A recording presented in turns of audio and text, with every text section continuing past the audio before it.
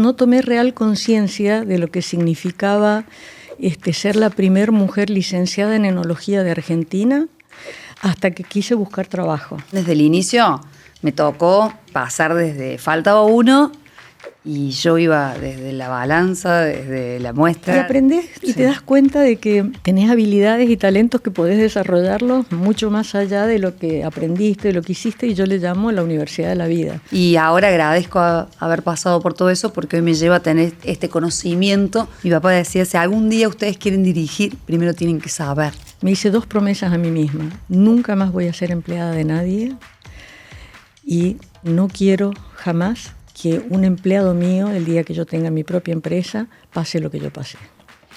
Nosotros producimos unas 40.000 hectáreas de maní. Nuestra idea fue industrializar la producción, no vender granos, sino que empezar a vender productos. Valor agregado. Valor agregado. Compramos una bodega vieja y compré con un crédito italiano a 10 años, con 3 años de gracia, las máquinas que necesitaba, hasta que nos estafaron. Me gustaría que sea la Argentina que mis nietos quieran quedarse acá, que no estemos en esto de que se quieran ir. Que los argentinos nos sintamos orgullosos de ser argentinos y que sea un país que la gente sueñe venir a vivir acá, porque es el sueño que tuvo mi abuelo cuando se vino de Italia. Hola Susana, qué lindo encontrarte acá.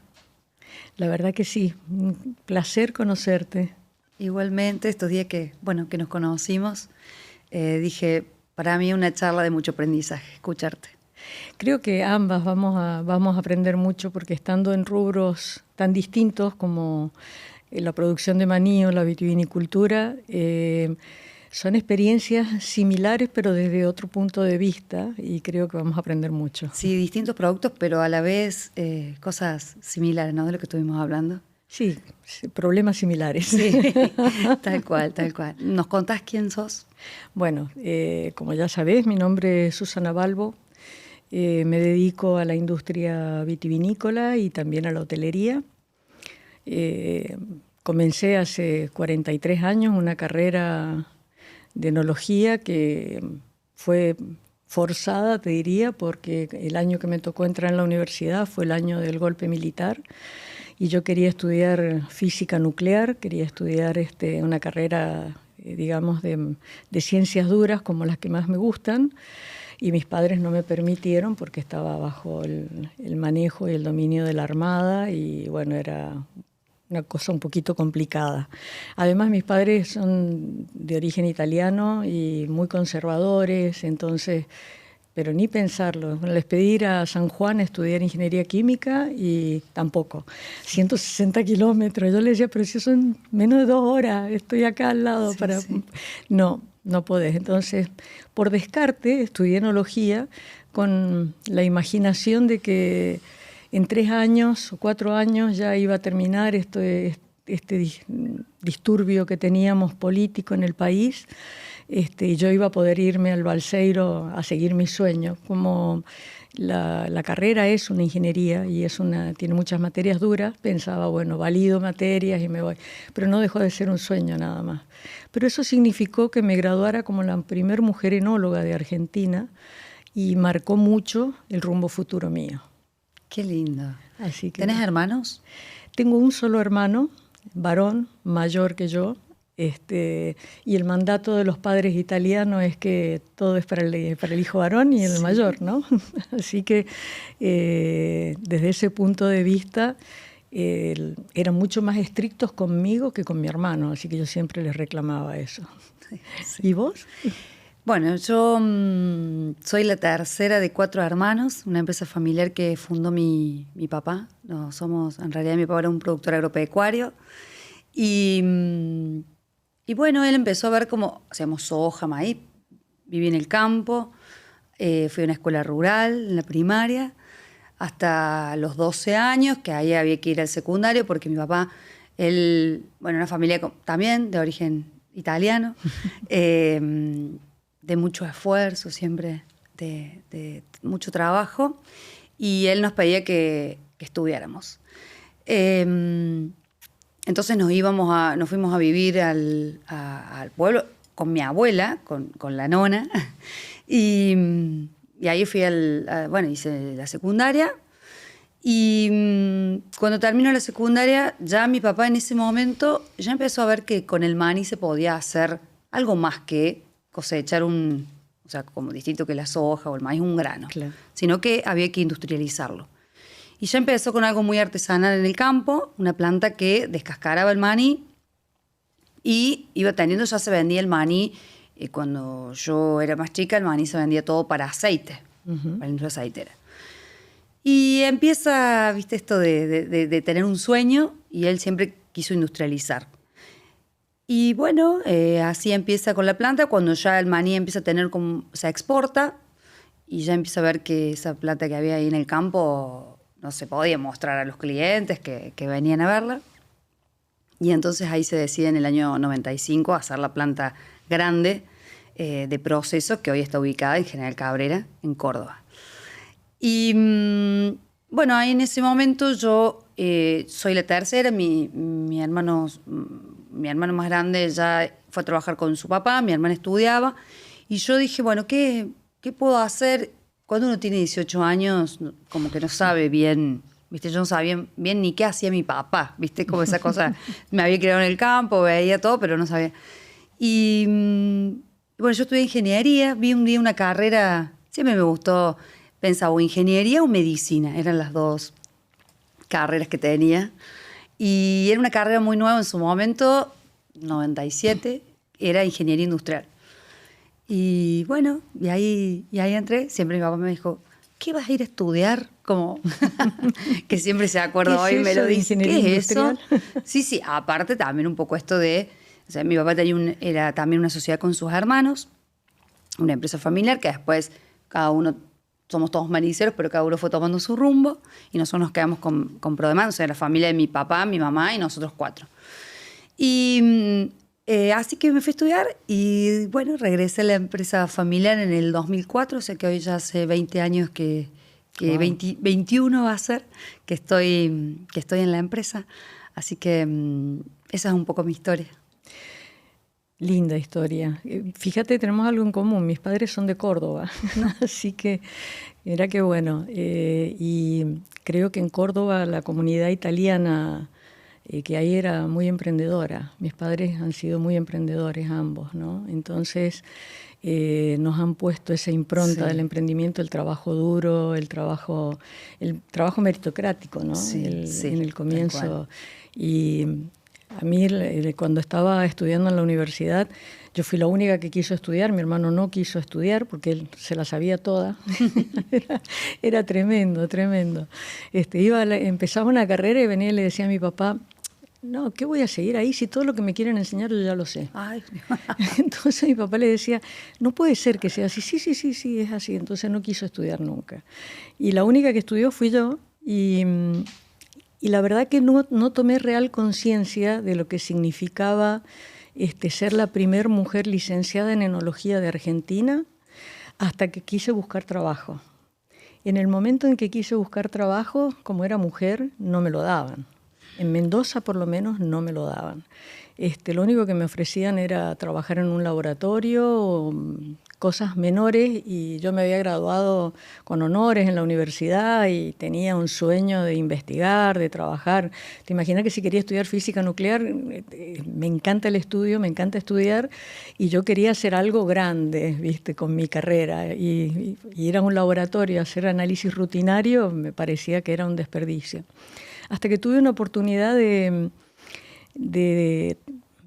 presentarme a un trabajo por un aviso en el periódico, y un empresario de aquí de Buenos Aires que había comprado una bodega en Salta, lugar que yo no conocía, me eligió entre 87 enólogos distintos, me dio la primera oportunidad y estuve en esa empresa durante 9 años. Ahí me casé, tuve mis 2 hijos, son salteños mis 2 hijos, viví en Cafayate, un pueblito de 5.000 habitantes, más chiquitito que el tuyo todavía, con las ventajas y desventajas que tiene eso, ¿no? Porque totalmente. No tenés librerías, no teníamos televisión prácticamente porque funcionaba batería, y cuando la batería se agotaban demoraban 2 o 3 meses en ir a cambiarla. Entonces una vida familiar muy intensa, además de una vida laboral muy intensa. Y eso te va moldeando para descubrir que tenés talentos que no imaginabas que los tenías, que me imagino que te debe haber pasado a vos cuando entraste en la empresa de tus padres, y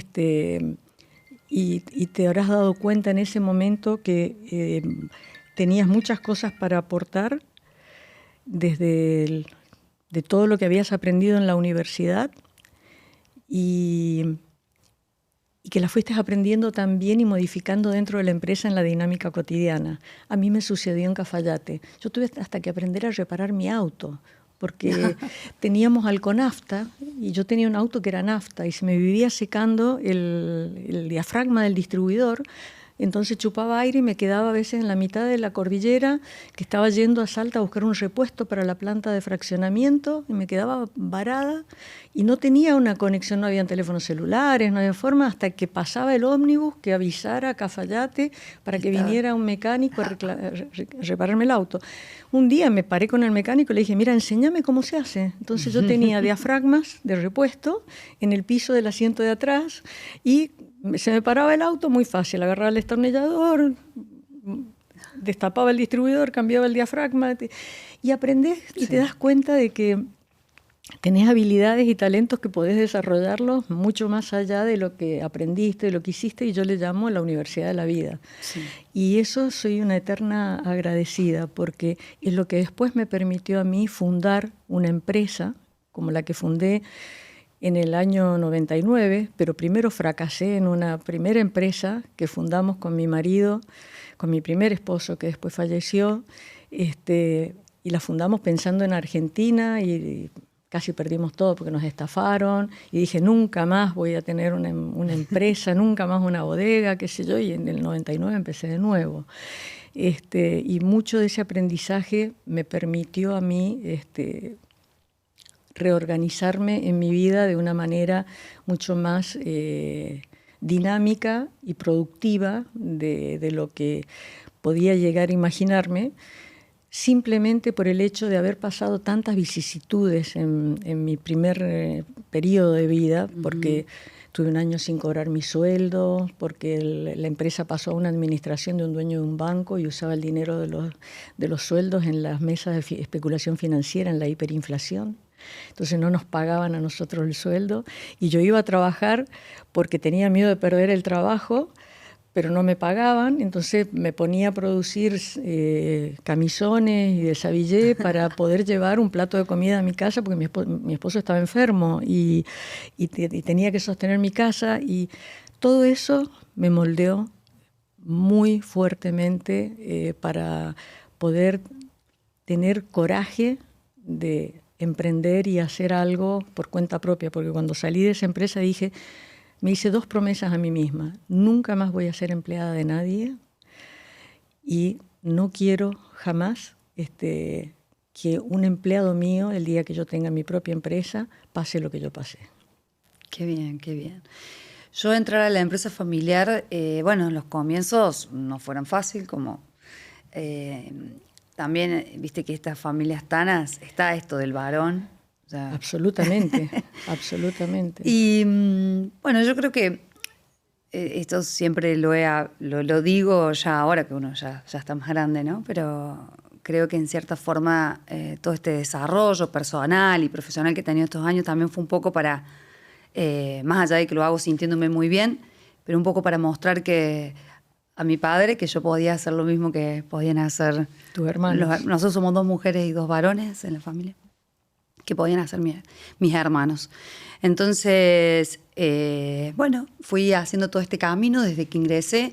Entré para resolver, en ese momento ya nos pedían algunas certificaciones de calidad, como el maní es un alimento, y nuestro principal cliente es Europa.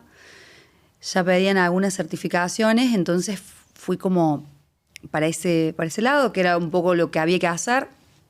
También desde el inicio me tocó, siempre me acuerdo, bueno, nosotros ahora estamos en época de cosecha de maní, y bueno, el maní tiene mucha tierra, entonces el laboratorio de ingreso y pasar desde faltaba uno y yo iba desde la balanza, desde la muestra, donde faltaba alguien, ahí estaba, en ese momento, imagínate cómo lo vivía, pero siempre lo hice con gusto y ahora agradezco haber pasado por todo eso porque hoy me lleva a tener este conocimiento de las pequeñas cosas que van sucediendo y que decía, sí, pero ya nos había pasado esto antes y lo habíamos resuelto de esa forma y así pasamos por todos los puestos básicamente. Mi papá decía, si algún día ustedes quieren dirigir, primero tienen que saber. Y entonces para saber tenés que hacerlo y aprender. Y bueno, y así fue hoy. Y después de 20 años, recién estamos como más en esta... Mi papá está en la empresa, está todos los días trabajando y muy activo además. Pero lo que es el proceso, la producción de maní y el proceso, lo manejamos con nosotros 4 hermanos que formamos parte del directorio junto con mi papá. Y nosotros hacemos desde la producción primaria, que mi hermano más chico es el que se ocupa de ingeniero agrónomo y se dedica de la producción de maní. Y después estamos mi hermano más grande y yo, que nos encargamos de todo lo que es la industria y el procesamiento del maní que viene del campo. Y mi hermana es la que se ocupa de toda la parte administrativa y financiera de la empresa. Y contame, ¿cuáles son para ustedes los desafíos? Viste que las empresas familiares son complicadas, ¿no? ¿Cuál ha sido para vos el mayor desafío que has tenido que enfrentar, trabajar con toda tu familia y de qué manera manejan la relación afectiva de la familia con la relación laboral y profesional? Porque viste que se mezcla todo, sí, ¿no? Y si no se habla todo el tiempo de la empresa nada más y se deja de lado. Contame, ¿cuál ha sido tu mayor desafío en ese aspecto? Y es un desafío todavía, o sea, todos los días. Todos los días. Y lo sigue siendo porque nosotros además vivimos los 4 en una misma manzana, o sea, compartimos todos los domingos la comida, los 20. En el corazón de la manzana. Sí, en el corazón de la manzana. Mi mamá prepara la comida para todos, junto con mi papá los fines de semana. Somos como muy familiares y andamos como todos en masa siempre. Somos, 20 total, con 10 nietos. Y es un desafío. Sobre todo poder conversar, porque, cada uno tiene su personalidad y uno todo el tiempo está tratando de cómo poder tirar un tema a la mesa que por ahí puede ser difícil o que puede molestar a alguien y que el otro no se ofenda. Pero ahí está también el sentimiento de la emoción del hermano, del padre. Entonces, es todo el tiempo un desafío, pero se puede. Yo creo que para mí, y yo soy muy de las que me gusta, yo tengo un problema y me gusta ir a tirarlo sobre la mesa y que digamos lo que pensamos. El desafío está en que se empiecen a hablar las cosas difíciles en la mesa del directorio. Claro. Creo que ahí está, y uno lo va aprendiendo también, ¿no? Obvio. O sea, tenés una mesa de familia, digamos, no solamente el directorio, porque en el directorio podés tener incorporado también un CEO. Claro, nosotros nuestro directorio está... Solo la familia. Solo la familia, por el momento, familia. Sí. Claro. Y entonces esas charlas, terminan, pero siempre se mezcla el sentimiento. Que me peleé que uno tenga una conversación un poco más alta con un hermano, capaz que el domingo todavía no es que salimos de ahí y estamos cuesta, todos abrazados. Exactamente, cuesta. Y eso es el gran trabajo. Nosotros empezamos con un protocolo de familia hace unos 4 años que estamos tratando de ordenar, incluso para el ingreso de la tercera generación, que vengan más ordenado que por ahí como entramos nosotros. Uno entró en una situación en donde por ahí tenías que ir buscándote tu propio lugar. Haciéndote el lugar con los codazos. Y eso tenía sus cosas buenas y sus cosas malas también. Por supuesto. Entonces uno por ahí no la pasó tan bien en los ingresos, entonces queremos que venga, ya tenga un poco el camino ordenado, más allá de que también le ponga lo suyo, ¿no? Pero eso es un desafío de todos los días, la relación familiar. Te lo creo, porque a mí me pasó, mis padres después que yo me fui a Salta, ellos fundaron una bodega y empezaron a trabajar con mi hermano y me invitaron a mí a participar y yo no podía participar en ese momento. Estaba embarazada de mi segundo hijo, mi hija, y no podía volver a Mendoza. Y mis padres me dejaron afuera de la empresa. Quedaron mi hermano y ellos dos, nada más. Entonces, cuando yo volví, con la capa caída, como quien dice, de estar después de un año sin cobrar salario, empiezo a trabajar con ellos como empleada. Y al cabo de 6 meses yo me di cuenta que teníamos 0 afinidad con mi hermano para trabajar. Entonces fui a mi papá y le dije, mira papá, no puedo trabajar con ustedes. No puedo, me tengo que ir. ¿Pero y qué vas a hacer? No sé, pero voy a hacer lo que sé hacer. Vino y saldré a venderlo, pero no puedo y me voy.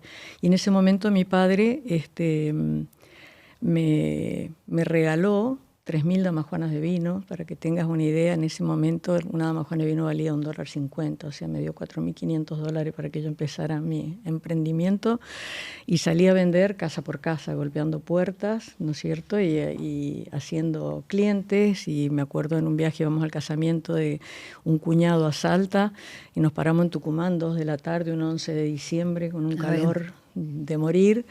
Y estábamos cargando combustible y le digo al de la estación de servicio, dígame usted, ¿quién conoce que distribuya vinos acá en Tucumán? Y me dice, bueno, hay 2 que son muy buenos, uno es La Flecha y el otro no me acuerdo cómo se llamaba. Y le digo, ¿y usted a quién elegiría si tendría que hacer negocios con ellos? Y me dice, y yo trabajaría con La Flecha porque don Abraham es muy buena persona. Le digo, bueno, ¿y estarán ahora? No, me dice, 2 de la tarde, siesta, Tucumán, no. Me dice, hasta las 6 don Abraham no abre. Bueno, nos paramos, me dieron la dirección. Nos paramos con el auto debajo de un árbol enfrente de don Abraham y esperamos hasta las 6 de la tarde y bajamos unas damajuanas de vino que yo llevaba para el casamiento de mi cuñado, la abrí, se la hice probar. Entonces le dije, bueno, mire, yo la verdad que tengo una bodega, imagínate que tengo una bodega, tenía 3.000 damajuanas de vino que mi papá me había prometido. Tengo una bodega, soy enóloga, trabajé 10 años en Cafayate, etcétera, etcétera, y le dije, me gustaría que pruebe los vinos y si le gustan, a ver. Entonces me dice, ¿los prueba? Y me dice, sí, me gusta. Me dice, bueno, te compro un chasis. Y le digo, ¿cuántas damajuanas son un chasis? Le digo, yo no tenía ni idea. Y me dice, no, 800 damajuanas. Ah, bueno, le digo, ¿y cómo me los va a pagar? ¿Cómo querés que te las pague? Me dice, te las pago, te mando la plata con el camionero. Me dice, te mando el dinero con el camionero. Y le digo, bueno, fantástico. Y me dice, ¿cuándo me las puedes entregar? Y le digo, a ver, déjeme que hable a Mendoza, pero yo creo que el viernes de la semana que viene se las puedo estar entregando, ¿no? Entonces lo llamo a mi papá y mi papá me dice, pero vos estás loca, ¿cómo vas a vender si no lo conoces, no tenés referencia? No, papá, que la gente me dice que es buena gente. No, habla con tu hermano, que él es el que maneja, porque esto, cuando le llamo a mi hermano, estás loca, yo no voy a entregar eso porque no te van a pagar, ¿no? Para hacerte una historia larga, corta, don Abraham ha sido cliente mío hasta hace 2 años. No. Y eso comenzó en el año 92. Y nos visitamos en los casamientos de los hijos, en los bautizos de los hijos, en la confirmación de los nietos. Son como una familia y los quiero como una familia. Y durante tantos años hacer negocios con ellos, ¿viste? Y esa intuición que te lleva a poder hacerlo. Y mandó el dinero y yo preocupadísima le decía a mi papá, vos recibí la plata y me la guardás vos, papá, ¿no? Porque yo después tenía que salir a comprar vino y producir más damajuanas, claro. ¿Viste? Así que así fueron los comienzos y después cuando nos volvimos con mi marido, que ya estábamos en Mendoza instalados haciendo esto, empezamos a pensar en comprar algo y vendimos todo lo que teníamos en Cafayate, todo, la finca que tenía mi marido, el tractor, las vacas que teníamos, bueno, juntamos $40.000, imagínate toda la plata que habíamos juntado, no era nada. Y bueno, y teníamos un cuñado que nos prestó otro tanto y compramos una bodega vieja y conseguí, tengo pasaporte italiano, conseguí un crédito del gobierno de Italia para tener una primer máquina y compré con un crédito italiano a 10 años, con 3 años de gracia, las máquinas que necesitaba, hasta que nos estafaron. Y cuando nos estafaron, estuvimos a punto de perder todo, absolutamente todo. Y mi marido, que era depresivo, entró en una depresión mucho más profunda. Y la verdad que la pasamos muy mal. Y logré salvar parte de todo eso por un golpe de suerte realmente, porque la garantía que me habían dado en esa estafa era falsa, era un seguro de caución, y en ese momento me ayudó uno de los que había sido dueño de la bodega, antes del que tenía el banco, que era el gobernador de Salta. Me ayudó para que la compañía de seguro me pagara por lo menos el reaseguro que tenían, y con eso yo cancelé todas las deudas que tenía comerciales, etcétera, y vendí la bodega. Vendí la bodega y dije, nunca más voy a tener una bodega, porque veo que esto no es para mí. Y empecé a trabajar para otras empresas. Así que después decidí fundar mi propia bodega en el 99, pero pensando solamente en la exportación, no en el mercado argentino, focalizada hacia afuera. Entonces, como fundadora, la relación de la familia es un poquito más complicada que la tuya todavía, porque yo como madre, mi esposo ya había fallecido, me había vuelto a casar, y mi marido era una persona bastante particular, entonces era bastante difícil congeniar. Él estaba en el mismo rubro y era muy competitivo, entonces no le gustaba que yo ya había entrado en Wine Shop Argentina, había entrado en otras actividades. Entonces empezamos a andar mal y decidimos separarnos. Y en ese momento entraron mis hijos, al poco tiempo entraron mis hijos que volvieron de estudiar. Y yo en el momento que se me presentaban en la puerta, yo decía, ¿qué sombrero me pongo, el de mamá o el de jefa? Decía. Entonces me decían, ¿hay alguna diferencia? Por supuesto que la hay, le decía yo. Sí. Y eso me llevó a profesionalizar la empresa mucho, para que hubiera un buffer entre mis hijos y yo, y no que todo pasara solamente en las decisiones de la familia. Qué bien. Y si Susana volviese a nacer, ¿haría lo mismo que hizo? Mira, yo siempre pienso que nosotros tomamos nuestras decisiones porque somos nosotros en nuestras circunstancias.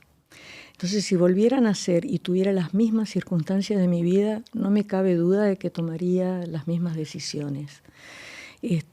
Si cambiaran mis circunstancias y hubiera podido ir a estudiar al Instituto Balseiro, probablemente habría sido un ratón de laboratorio estudiando, haciendo cosas de física nuclear. Sí. Pero sí, seguramente que sí, porque estoy apasionada por la carrera que tengo. Hacer vino es maravilloso, y estás en contacto con la naturaleza, como te pasa a vos, que estás en el campo. Nosotros también trabajamos en el campo, pero con viñedos en lugar del maní, y nuestra cosecha es en febrero, marzo y abril, y cada año es un desafío porque la uva que viene es distinta. Entonces estás... El maní pasa lo mismo, todos los años. Es un desafío nuevo. Es distinto, sí, tal cual. Entonces, pero eso es maravilloso también, porque te obliga a estar actualizado con el conocimiento técnico, actualizado con lo que harías, y también ayornar tu management, ¿no? Para que la gente, que creo que es el activo más importante que tiene una empresa, es la gente que la hace, porque yo estoy acá en este momento hablando contigo gracias a un gran equipo que tengo trabajando conmigo. Así es. Si no tuviera ese equipo y no tuviera mis dos hijos empujando conmigo este motor, sería muy difícil poder estar hablando contigo. Yo también siempre digo lo mismo. Yo soy como la cara que por ahí aparezco, pero yo soy la representante de un gran equipo que primero es mi familia, que bueno, hacemos con sus diferencias y todo juntos vamos muy rápido a veces, y la gente que está todos los días. En la empresa trabajan 650 personas y 650 familias en una comunidad de 14.000 habitantes. También la responsabilidad enorme es muy grande para el bienestar. Alto porcentaje del pueblo vive de ustedes, porque esas 650 personas replican, si pensás en una familia tipo, lo multiplicas por 4, entonces ya tenés más del 10% de la población que trabaja para ti. Sí, así que la responsabilidad es gigante. Gigante, te admiro porque Gracias. Es una responsabilidad gigante. Sí. Bueno, empezamos con las preguntas. Tenemos acá una que habla de los datos o números de nuestras empresas. Bueno, yo sé que ustedes son muy grandes. Mi empresa bueno, les cuento un poco de la empresa. Nosotros producimos unas 40.000 hectáreas de maní. Siempre en realidad nuestra idea fue industrializar la producción, no vender granos, sino que empezar a vender productos. Valor agregado. Valor agregado. Y sí, eso es como una cosa que tenemos como en la genética, siempre lo digo, de la familia. Y como te comentaba, trabajan 650 familias, la parte o sea, toda la producción agropecuaria. Después tenemos logística para mover los cereales y los productos en los distintos lados. Hacemos todo lo que es descascarado de maní, el maní confitería, después el maní blanchado, que es el maní sin el tegumento rojo, o sea, el pelado. Ajá. Y después hacemos todo lo terminado, maní con chocolate, pasta de maní. Qué rico el maní con chocolate. Sí, garrapiñada, frito, tostado, grana. Y después tenemos una unidad de negocio que es, en su momento teníamos el problema de la cáscara del maní. El 30% de la producción agropecuaria es cáscara. Uh-huh. Y imagínate los volúmenes y la cantidad que había, con un poder calorífico muy alto. Entonces generamos una planta de energía que genera energía con la biomasa cáscara de maní. Ah, qué bueno. Sí, que está a unos 500 metros de la producción. Entonces, del descascarado se alimenta la planta de generación de energía. Es una planta que genera 10 megas por hora, más o menos 18.000 hogares que encienden la luz, y le vendemos al Sistema Interconectado Nacional. Tenemos un contrato a 20 años, ya hace el 2017 que estamos funcionando. Así que bueno, ese proyecto salió y nació de una amenaza que teníamos, que era el problema de qué hacíamos con la chala, y que no es solamente la nuestra, sino que ahí en toda la zona núcleo manicera de Córdoba estaba ahí.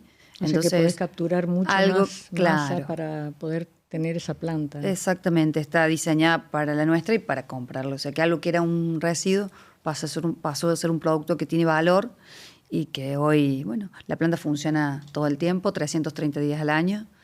Y bueno, y ahora estamos con nuevos proyectos para ir ampliando, no solamente, o sea, nosotros queremos una empresa que produzca alimentos. Entonces ya el maní está andando, por supuesto, en lo más grande, pero ya queremos abrir hacia otros productos. Así que ese es el proyecto. Qué bueno, qué lindo proceso. Bueno, yo como... mi empresa es un animal raro, yo digo, porque para chicos somos grandes y para grandes somos chicos. Somos la única empresa de Mendoza en nuestro tamaño y calidad de producto que trabajamos. Trabajamos con vinos super premium y si vamos a los niveles de exportaciones, en bodegas que exportan más de 100.000 cajas, tenemos el precio promedio más alto, entonces estamos muy focalizados en la calidad. La calidad es un mantra en la empresa. Tenemos todas las normas de calidad, tal como vos dijiste, BCR, orgánico, sustentabilidad, Global Compact. O sea, realmente trabajamos mucho con normas muy ordenadas, la empresa. Y estamos en una producción de aproximadamente 220.000, 230.000 cajas de vino. Como te digo, somos un animal muy raro, ¿no?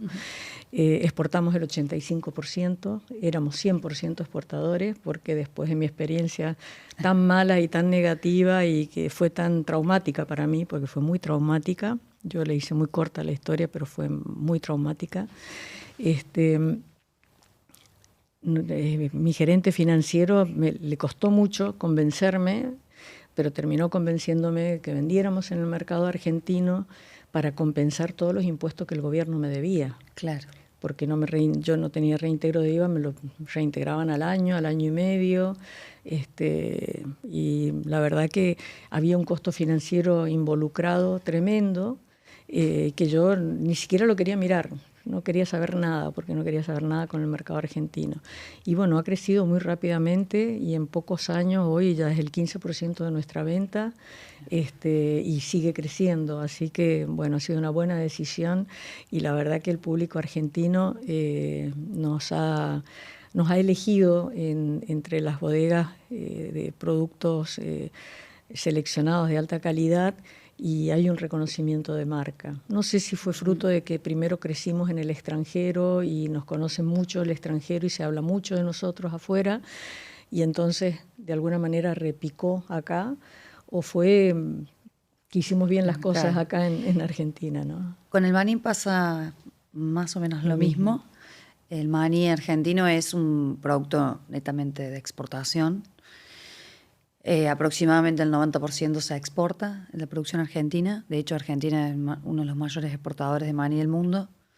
Y también hemos hecho un gran trabajo como sector y eso hizo que el mundo nos elige, sobre todo el europeo, que el 70% va a Europa. Y nosotros, como desafío de la empresa, fue empezar a ofrecer en el mercado interno. Nosotros tenemos muy poco mercado interno, la gente acá no come mucho maní. Entonces, como desafío fue poder vender un maní de calidad de exportación en el mercado interno. Por ahí había de mala calidad. Y bueno, así empezamos con Maniquín en el 2010. Y hoy, bueno, es una marca está creciendo y nosotros estamos más o menos en ese, tenemos un 15 de mercado interno. Y que creo que hay mucho por hacer todavía. Y ya, bueno, hoy hay otras empresas que están empezando a trabajar en el mercado interno, pero en otros lugares del mundo se come muchísimo más maní que lo que comemos nosotros acá. Qué bonito sería que hubiera más empresas que piensen en el valor agregado. Viste que tenemos este problema en general que nos identifican como país agrícola nada más y no se piensa en el valor agregado que genera tanto puesto de trabajo, genera tantos espacios y los que nos hemos animado a salir a competir con el mundo. Yo siempre digo que no tienen que tenerle miedo a la competencia en el mundo, porque son mercados muy confiables, siempre te pagan bien, tenés que competir con los mejores del mundo, por eso te obligan a tener muy buenas normas de calidad, etcétera.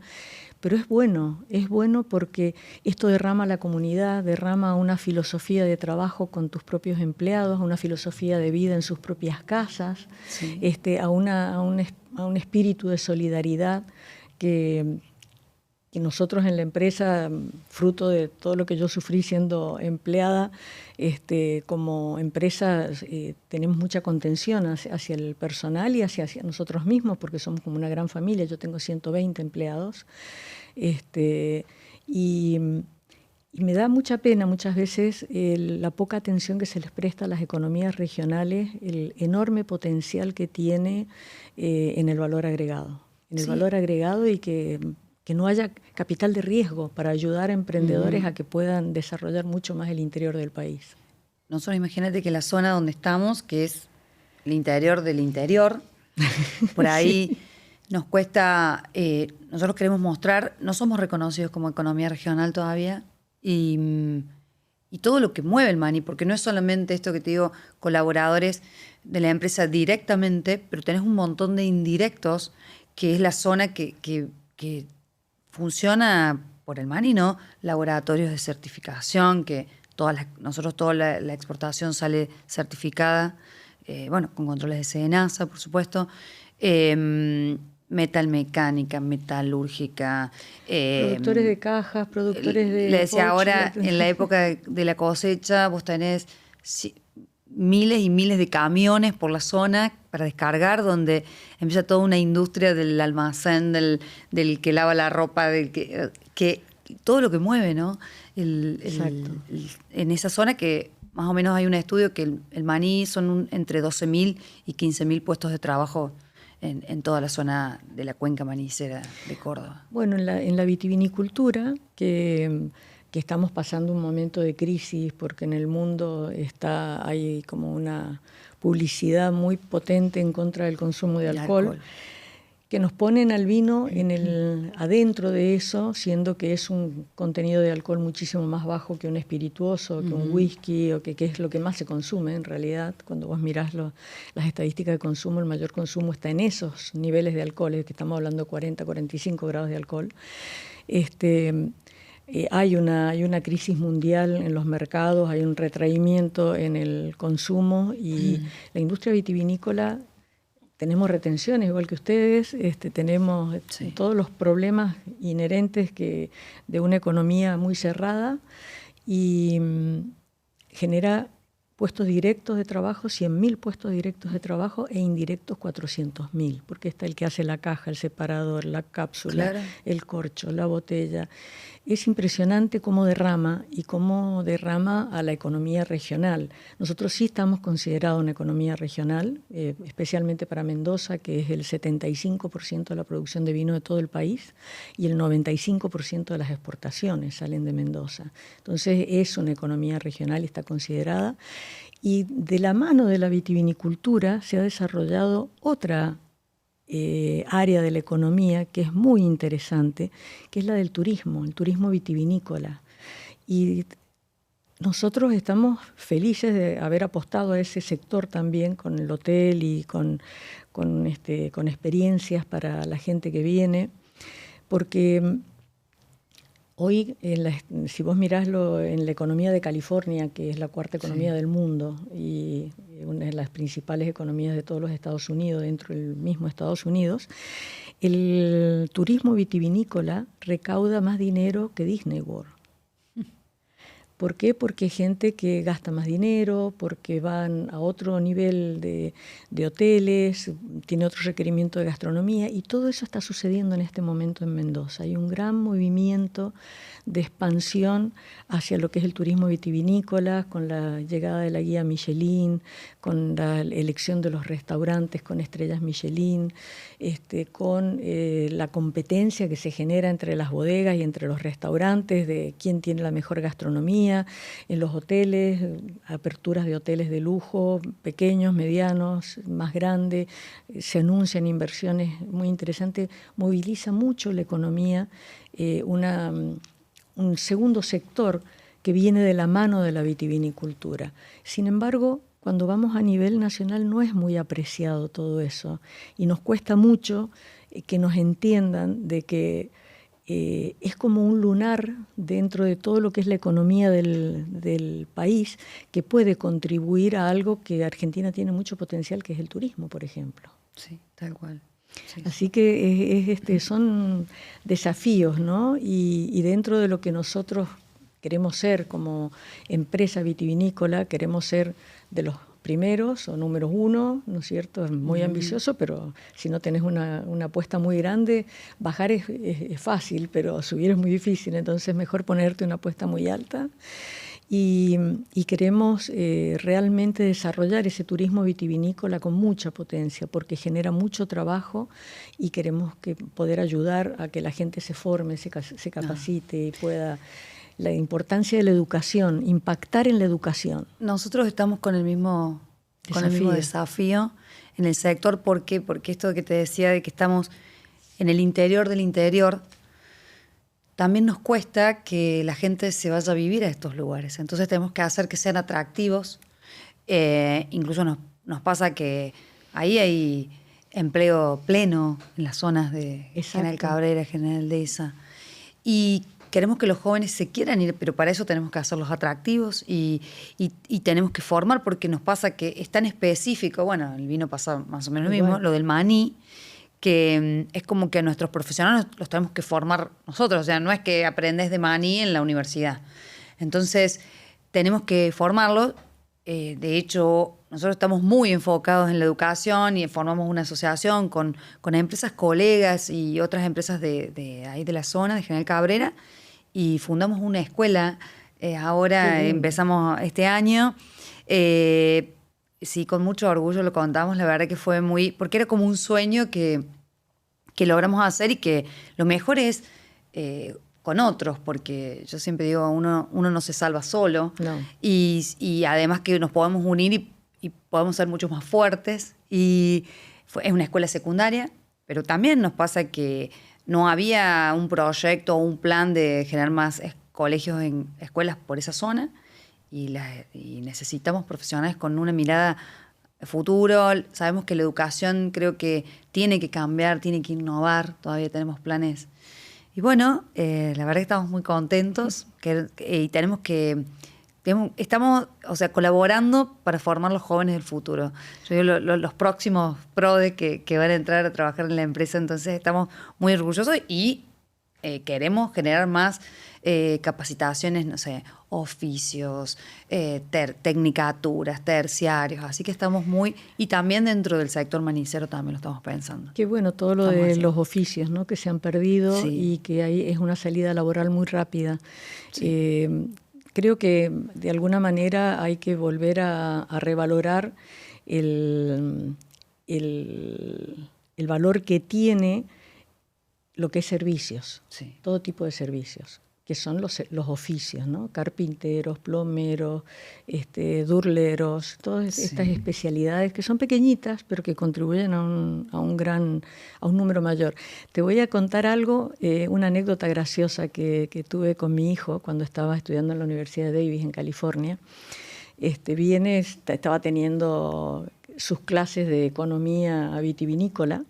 Entonces estábamos almorzando en sus vacaciones de invierno, que era para la Navidad que él venía. Me dice, mamá, ¿vos sabés que estás destinada a ser una proveedora de mano de obra de las grandes empresas? Yo lo miro y le digo, ¿por qué? Y me dice, porque vos estás capacitando a la gente y después va a venir uno más grande, le va a pagar mejor que vos y te lo va a llevar. Y dice, así que vos te la vas a pasar formando gente, ¿vos estás preparada para eso? Y lo miro y le digo, mira, no estoy preparada, pero gracias por darme la idea, porque entonces me voy a encargar de pagarles tan bien que no se van a querer ir de la empresa, le digo, porque es la única forma en que lo vamos a poder retener. Y eso lo puse como un mantra y no tengo casi rotación de personal. Y tengo gente que hace los 25 años que hemos cumplido con la bodega, que trabajan conmigo, todo el equipo original trabaja conmigo todavía. Y empezamos 4 personas y fuimos creciendo y al cabo de 5 años ya teníamos 20 mercados de exportación y tenemos 43 mercados de exportación. Pero fíjate qué importancia darse cuenta que uno está formando, cuando vos dijiste estoy formando gente y todo eso, tener cuidado que no te lo forme para que te los lleven otros. Sí. Así que no, pero bueno, en realidad en esto, al unirse con otros, es como que lo estamos haciendo para el sector, entonces es como que estamos todos juntos, que eso creo que está muy bueno. Acá hay una pregunta que... ¿Cuál es la filosofía que te moviliza? Mira, a mí la filosofía que me moviliza es que trabajar es una herramienta de realización del ser humano.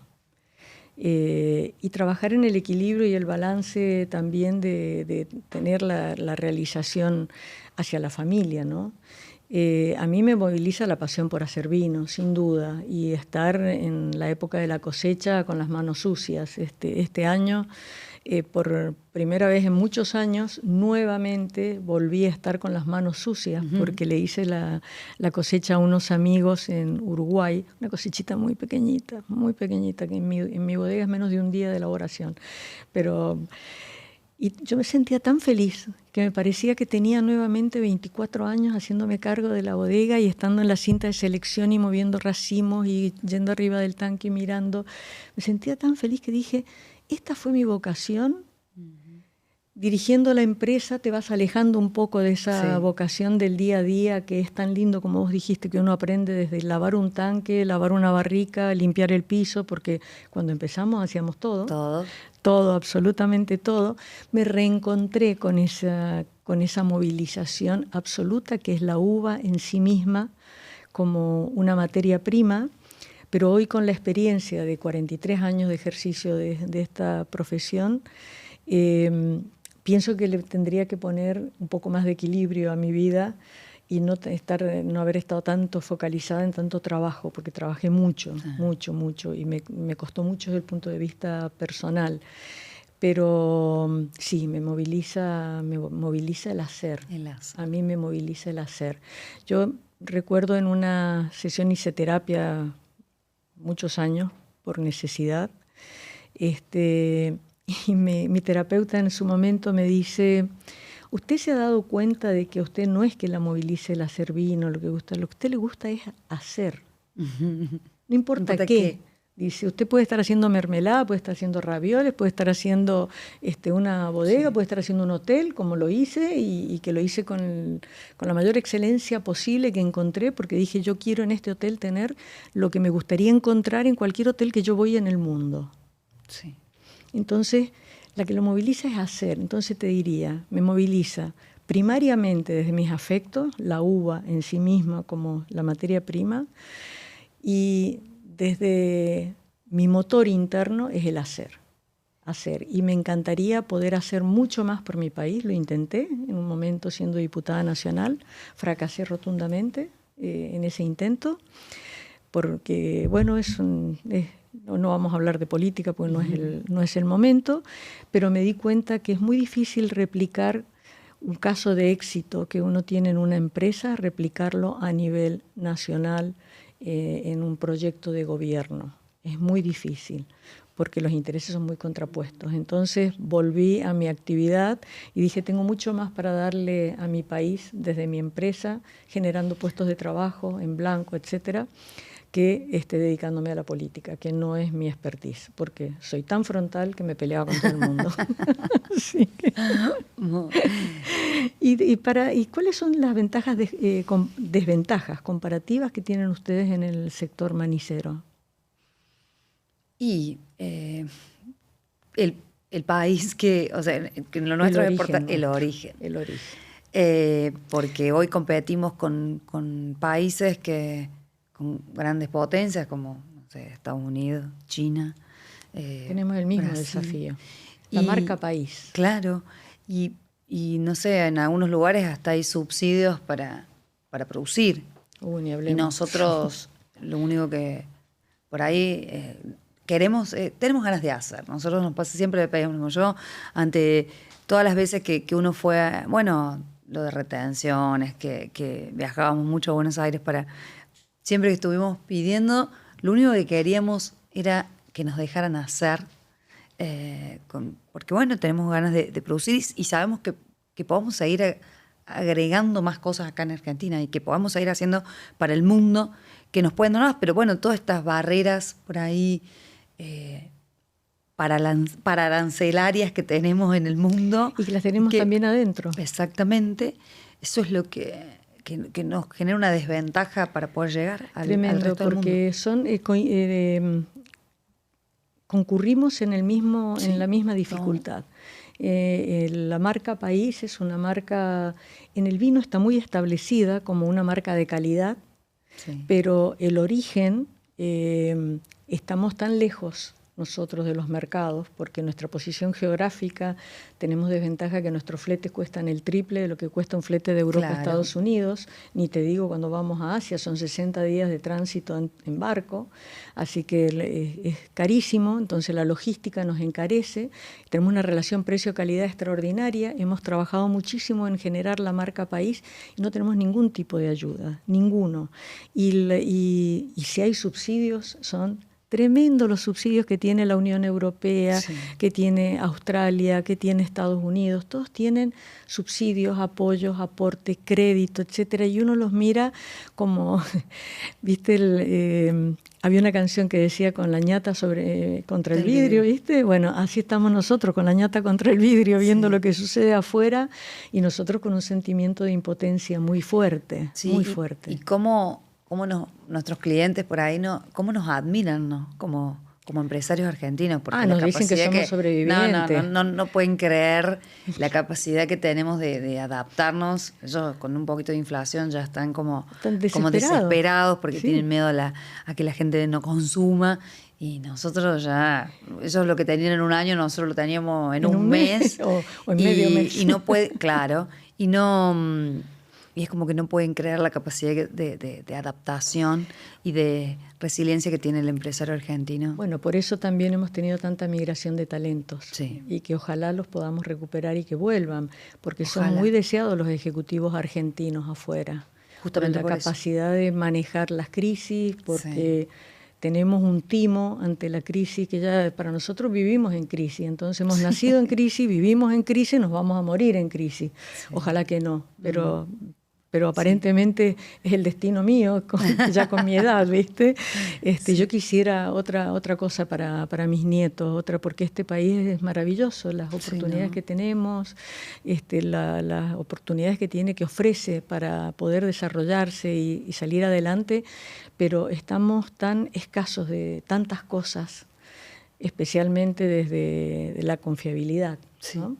A mí me ha pasado cuando he trabajado para otras bodegas en algún momento que me preguntaran cuando fue la crisis del 2001 y me tocó hacer un viaje a Noruega para cerrar un trato de unos contenedores que estábamos tratando por email. Entonces viajo a Noruega y el importador de Noruega me dice: ¿y usted cómo me va a garantizar a mí que me va a entregar el producto? Fue esa semana siguiente, después que tuvimos 5 presidentes en una semana, ¿viste? Entonces, claro, ¿cómo le podía explicar a alguien lo que ni yo misma entendía, lo que nos pasaba en el país, ¿no? Entonces le digo, mire, yo lo único que puedo hacer para decirle que yo le voy a cumplir, se lo puedo ejemplificar con un modelo de vida. Supóngase que mi padre hubiera sido un asesino, pero yo soy una persona buena, que se educó, que trabaja, que tiene valores, que tiene honestidad, y usted me va a culpar a mí porque mi padre era un asesino y no me daría una oportunidad de trabajo. Le digo, eso es lo que nos pasa a los argentinos, a los empresarios argentinos. No tenemos la responsabilidad de las cosas que hacen los políticos de Argentina, y somos buenos empresarios y cumplimos con nuestros compromisos y entregamos nuestros productos y entregamos la mejor relación precio-calidad. Entonces lo único que le pido es que me crea. Sí. Se largó a reír cuando le hice la comparación, ¿viste? Si yo le dijera que tengo a mi padre en la cárcel, es un asesino, y usted me daría empleo a mí. Se largó a reír y me dice, bueno, está bien, vamos a cerrar la orden por los contenedores. Y firmamos ahí la orden de compra, ¿no? Sí, pero no nos creían. Sí, pero bueno, y ahí hablando un poco de la confianza, en nosotros como valores, ¿no?, de la familia, siempre la confianza y como la lealtad. Mi papá siempre decía, cuando hay un problema hay que ir a poner la cara y tratar de resolver y hacerse cargo. Así es. Y eso es lo que también han llegado, que después de tantos años, nuestros clientes, además de que hacemos un producto de buena calidad, también esto de cuando hay un problema, enfrentarlo, hacerse cargo de cuando hay un error, porque obviamente pasan, porque uno por ahí tiene la suerte a veces de contar lo lindo, pero sabemos que se pasan muchas cosas que no son tan lindas en este mundo. Mira cómo coincidimos en el pensamiento. Yo durante los primeros años en la bodega tuve una experiencia, creo que fue el segundo año, de unos chicos que en la noche se confundieron, estaban haciendo un remontaje. Remontaje es levantar el vino y mojar el orujo para que extraiga el color del vino tinto. Entonces pasan de un tanque al otro y se olvidan de desenchufar una manguera, entonces empezaron a pasar un vino de un tanque a otro. Y se les empezó a rebalsar el tanque, ¿no? Y yo vivía en ese momento en la bodega porque yo no tenía casa propia, porque todo mi dinero iba a la bodega, a lo que había que hacer, comprar maquinaria, etcétera. Yo no tenía casa propia. Entonces me tocan la puerta y doña, me llamaban, ¿no? Entonces me levanto en camisón, me pongo un desabillé y digo, ¿qué pasa? Me dice, mire, nos ha pasado esto. ¿Qué hacemos? Y le dije, paren la bomba, les di las instrucciones, etcétera. Y al día siguiente generé un cartel que lo puse por todas las bodegas, por toda la bodega. Primero los llamé a todos los empleados y les reconocí el que reconocieran ellos un error y no lo ocultaran. Porque lo más común que te pasa cuando hacen eso en una bodega, a la pileta que la dejaron medio vacía la rellenan con agua y te meten en otro problema que es mucho más grave con el Instituto Nacional de Vitivinicultura, claro, ¿no? Entonces primero les hice el reconocimiento ante sus compañeros de que esa era la forma de proceder, que un error que se comete se declara para que no se transforme en un problema, y error que se oculta se transforma en un problema. Entonces estaba toda la bodega llena de carteles que decía, error que no se declara se transforma en un problema. Y sí, tenés montones, pues trabajamos con seres humanos y nos equivocamos, y nosotros mismos nos equivocamos en las decisiones que tomamos y tenemos que recular, como dice el argentino, o avanzar y ir tomando decisiones día a día, ¿no? Sí. Dentro de tu rol, ¿qué bueno, ya has llegado muy lejos, ¿no? Pero, ¿qué crees que podés llegar a ser? Incluso desde el vino, ¿no? Hablando, más allá de Susana. Bueno, no, mira, Mujer, linda pregunta porque tenemos un desafío con mis hijos, como los tengo a los dos trabajando en la empresa y para mí es realmente un placer y un honor, a pesar de que al principio no fue fácil para nada, como te digo, siempre estaba un poco el pensamiento de que porque soy el hijo de Susana entro como gerente y yo les decía, entrás a barrer la bodega y a lavar tanques como cualquier obrero y te tenés que ganar el lugar que vos querés tener, porque si no, no te van a respetar. Van a decir, por ser el hijo le dieron este cargo. Eso me costó mucho que lo entendieran en su momento y cuando lo entendieron la cosa fluyó mucho más fácil, ¿no? Cuando trabajando en el día a día se dieron cuenta que se ganaba mucho más respeto trabajando codo a codo que viniendo desde arriba a dar órdenes y sin experiencia, ¿no? O sea, peor todavía, ¿no? Entonces, tenemos un sueño. Tenemos un sueño que queremos llegar a ser la bodega número 1 de Argentina. Estamos entre los primeros 5, pero queremos ser los número 1 en calidad y en reconocimiento. Y para eso hay que poner la frutilla al postre, ¿no? Porque tenemos muchos puntajes muy altos con todos los vinos, todos, absolutamente todos, desde el más bajo en la línea hasta el más alto. Entonces todavía tenemos más sueños para perseguir y en el turismo estamos programando otro hotel en la montaña, en una finca maravillosa que está a 1.600 metros de altura y es en plena cordillera porque la gente que viene al hotel, la experiencia es tan linda que dicen, a veces van al Valle de Uco y se vuelven y se quedan, dicen, no, queremos este tipo de propuesta pero en la montaña. Entonces nació la idea del hotel de montaña, el cual lo estamos planificando, etcétera, ¿no? Entonces, concretar todos esos sueños. Siempre tenemos sueños, somos muy inquietos los tres. Es que soñar te lleva a esto de no parar, de estar siempre por más. ¿No? Dicen ambiciosos. Yo no, porque pareciera que la ambición es igual al dinero, ¿no? Para mí es siempre tener algo para hacer. Bueno, con respecto a esto también de nosotros también nos lleva siempre el hacer, estar en movimiento y para nosotros el sueño es también, no queremos vender más un grano de maní o de un, muy bien. No querés de un producto, la materia prima, no, yo quiero que sea un producto listo para el consumidor, y llegue a las góndolas del mundo y eso es lo que estamos constantemente haciendo y tenemos el objetivo de que queremos transformar todo, enfocado en maní, pero como te decía, ya estamos pensando en otros productos también. Qué bueno. Bueno, vos hablaste del protocolo familiar. Vos sabés que yo ya lo hice, el protocolo familiar, precisamente pensando en la entrada de la segunda generación, porque yo ya estoy en una edad que tengo que hacer el handover y tengo que entregarlo,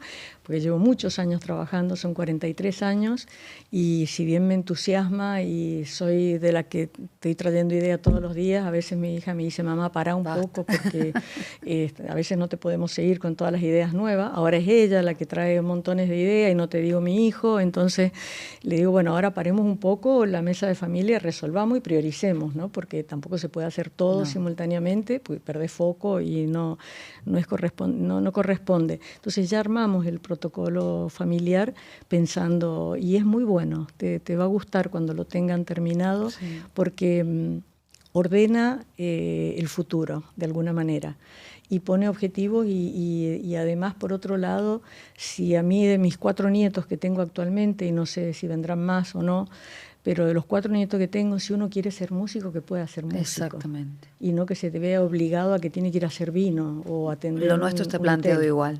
Está planteado igual. Claro. E incluso lo pensamos desde... hay unas pasantías que empiezan desde los 15 años, desde chicos, ¿no? Que por ahí no saben... porque bueno, más allá de que uno se haya criado en ese mundo, viste que a veces, como te decía yo, uno a veces no termina sabiendo qué hace su papá o su mamá dentro de la empresa. Entonces, para que conozcan, justamente desde chiquitos, para que vayan viendo de que si les gusta, y si no, ya es el momento para decir, yo acá no quiero venir, Claro. y que tengan la libertad para hacer Claro. lo que quieran. Mira, y sean felices. al respecto tengo otra anécdota que es muy graciosa. Resulta que dentro de los protocolos que hemos puesto para el hotel, es un hotel para personas adultas, no pueden venir niños. Es un hotel de mucho lujo, entonces no pueden venir niños. Y mi nieta, que tiene 7 años y que es súper inquieta, viene a veces, me ha acompañado o acompaña a su mamá cuando va por un minuto a hacer alguna cosa al hotel y se baja y entonces dice, porque yo quiero venir a comer al restaurante acá, y la madre le dice, no se puede.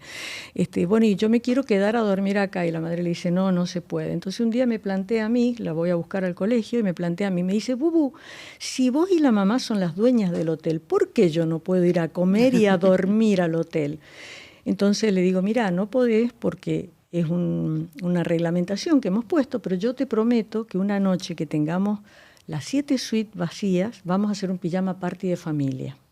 Y eso se hizo hace 3 semanas, porque, para que pudieran ir y estar. Y mi hija se había olvidado que había gente que venía a cenar. Entonces los tuvimos que llevar a comer a una panchería al costado y dice, a mí me engañaron porque yo pensé que iba a comer en el restaurante del hotel y estoy comiendo acá un lomito. Y dice, y esto, así que me deben otra pijamada. Nosotros organizamos un día de familia, pero un día de familia empresaria. No de la de los domingos, que nos juntamos todos los domingos, sino que ahí es como, son muy lindas, donde todo empezó que mis padres contaban la historia de cómo empieza, ese cuento del abuelo y de la abuela, de cómo empezaron desde abajo, y bueno, y después ya lo otro fue cómo cada uno de los papás ingresó a la empresa y bueno, muy emotivo, ¿no? Porque Sí. no es fácil vernos en ese rol, o sea, es la familia empresaria, donde ahí me siento no como mamá ni como tía, sino como empresaria directora de la empresa, de Prodemán. Entonces, la verdad que eso es muy lindo y eso también lo recomiendo a estas empresas familiares. Me encantó, te tomo la idea, porque sí. Estamos con mi hija programando escribir un libro con toda mi historia y yo digo, bueno, yo más que nada lo quiero para mis nietos, para que ellos lo puedan leer el día y sepan que todo lo que se construyó no fue fácil, que hubo mucho trabajo, mucho sacrificio detrás y mucho renunciamiento. Sí. Pero es más bonito hacerlo de esta manera, me gusta más. Es muy interesante. Me gusta mucho más. Y ahí te traje no un libro, el libro de la familia también para que lo leas, para que te sirva. Nosotros estamos en el proyecto de hacer el libro. Qué lindo. Sí. No, hay que escribir estas cosas. Sí, yo creo que sí. Sí, porque a veces uno va tan rápido que hay cosas que van quedando de la historia y hay que llevarlas y escribirlas para... Sí, creo que además que el ejercicio de bajarlo a una historia escrita también te hace recordar un montón de cosas que las tenés en tu subconsciente y que no las tenés presente y de las cuales deberías dar gracias todos los días, ¿no? Porque si hay algo que debemos ser es agradecidos con lo que nos toca vivir. Pues estamos hablando de 2 personas que tenemos la posibilidad de tener empresas que les va bien y que estamos inmersos en un pequeñísimo porcentaje de la población de Argentina. Y para eso hay que dar gracias todos los días, de que tenemos ese privilegio, por mucho trabajo que nos haya costado, por mucho trabajo que le pueda costar a otra persona también lograrlo, el haber podido hacerlo con éxito, hay que ser agradecido, hay que ser realmente agradecidos. Eso, sí, yo siempre trato de agradecer, y hace un tiempo en el que yo siento que obviamente me considero muy joven y me quedan muchos años, pero creo que me siento como en el momento que quiero empezar a dar como una manera de agradecer toda la suerte que tuve yo dentro de estos años que viví, y es el compartir con otros, el de generar redes, el de si conozco a alguien que pueda ayudar a otro, conectar. Y eso me encanta. Eso me encanta y en este momento lo siento. En 5 años atrás capaz que no hablo de lo mismo. Que a veces tengo la suerte de conocer, gracias a este mundo, gente maravillosa que me viene a visitar a mí. Yo digo, no, yo quiero que vos estés con otros, porque yo conmigo seguimos estando, pero vos tenés que conocer a él y tratar de compartir todo lo que tuve la suerte de tener estos años con el resto de Es muy las personas. lindo el hacer mentorear, y especialmente a mujeres, a chicas, porque yo no soy feminista para nada, quiero aclararlo, Tampoco. pero de todas maneras, mentorear a mujeres para mí es muy importante. Tuve la fortuna de presidir el W20 para el grupo de G20 de Argentina y me di cuenta cómo las barreras nos las ponemos nosotras mismas. Nosotras mismas nos ponemos en nuestra cabeza el famoso techo de cristal y el no puedo y el no, ni siquiera lo intentan porque se autoboicotean las propias ideas pensando en que hay limitaciones que están solamente en nuestra cabeza, ¿no? Y muchas veces el miedo a equivocarte. El miedo a equivocarte. Yo recuerdo el día que mi hijo estaba tomando la decisión de irse a estudiar a Estados Unidos, con 17 años, me dice, mamá, ¿y si no me gusta? Y le digo, ¿y si no te gusta, te volvés? Me dice, bueno, pero va a ser como un fracaso. ¿Por qué un fracaso? Le digo. Si los otros ni siquiera lo intentaron. Es un éxito. Vos sabés lo que no te gusta. Sabés que eso no era para vos. Pero y si te va bien y te gusta y aprendés otra idiosincrasia y tenés otro nivel de educación al que te puede brindar nuestro país en la especialidad nuestra, la enología. Le digo, porque hay que reconocer que es mucho mejor universidad la Universidad de Davis o la de Burdeos que la de Argentina.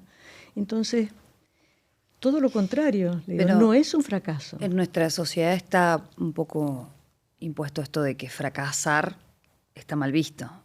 Y en otros lados, de hecho, en Estados Unidos, ahí en la zona de California, si no fracasaste 2 o 3 veces, no podés trabajar. No podés trabajar. Entonces hay que empezar a tomar el fracaso como un aprendizaje. Yo en los mentoreos que hago a las chicas y cuando me toca dar charlas así de inspiradoras, yo les digo que en mi mente, en mi cabeza, y es una realidad, no existe el fracaso.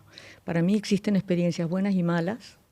Y cuando tenés una experiencia mala es un nuevo punto de partida, porque decís, bueno, por este camino no era, entonces a ver cuál es mi camino alternativo para llegar a donde quiero llegar, pero no quedarme en el intento, porque me fue mal con un intento o con una forma de ver un problema, de encararlo y no lo pude solucionar. No fracasé, aprendí que ese no es el camino, entonces busco otro camino, pero no dejo de intentarlo.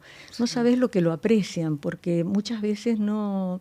yo creo que vienen estos estereotipos que la sociedad pone y creo que en eso las redes no contribuyen en nada, porque tantos influencers que muestran una realidad que no es real de su vida y que cuando vos hurgás un poquito en la vida de ellos es muy falso todo lo que están mostrando.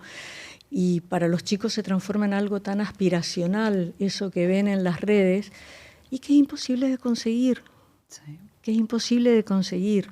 Entonces, o no es posible que se consiga en un periodo corto, si no es con mucho sacrificio. A mí me ha pasado en charlas de Endeavor, que vos estás en el board de Endeavor de Córdoba, yo soy emprendedora en Endeavor, he estado también participando muy activamente en Endeavor.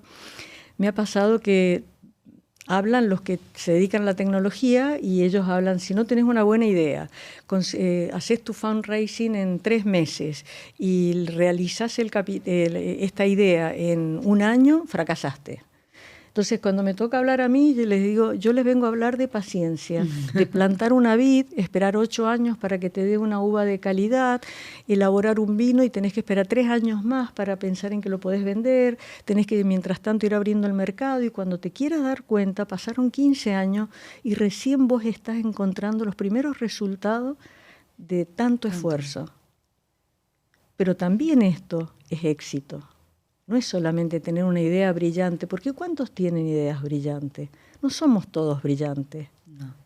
Entonces, sí todos podemos ser trabajadores consistentes, persistentes, que no nos dejamos vencer, que tenemos que seguir sobreviviendo y llevando las cosas adelante. Eso todos podemos serlo, con fuerza de voluntad. Sí, pero brillantes no podemos ser todos brillantes. Así que han sido experiencias muy, muy interesantes, porque después los chicos me venían a hablar y me preguntaban y decían, contame un poco más, y tanto que te costó, ¿cómo hiciste para seguir adelante? Simplemente seguir adelante. Sí, tal cual. Simplemente seguir adelante. Así es. ¿Cuál es la Argentina que te gustaría que tengan tus nietos? Me gustaría que sea la Argentina que mis nietos quieran quedarse acá, que no estemos en esto de que se quieran ir.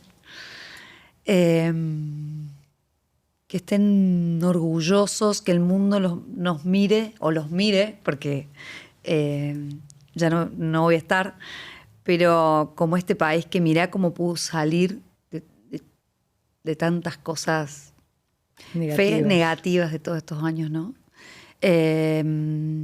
Y que nos vean como lo que han trabajado nuestros abuelos, esto que para llegar a tener esta Argentina que tenemos hoy, en ese momento, ¿no? En el futuro.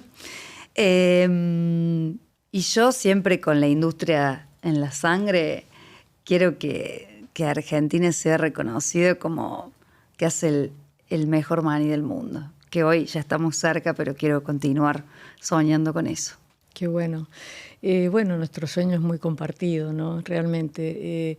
Yo también, a mí me gustaría que la Argentina que yo sueño, o que pienso que sería mejor para Argentina hacia el futuro, es que los argentinos nos sintamos orgullosos de ser argentinos, pero orgullosos de verdad, porque es un país donde se puede vivir, crecer, soñar, realizar tus sueños con seguridad, con reglas claras, con gobiernos honestos, con todos los recursos que tenemos explotados adecuadamente, y que sea un país que la gente sueñe venir a vivir acá, porque es el sueño que tuvo mi abuelo cuando se vino de Italia.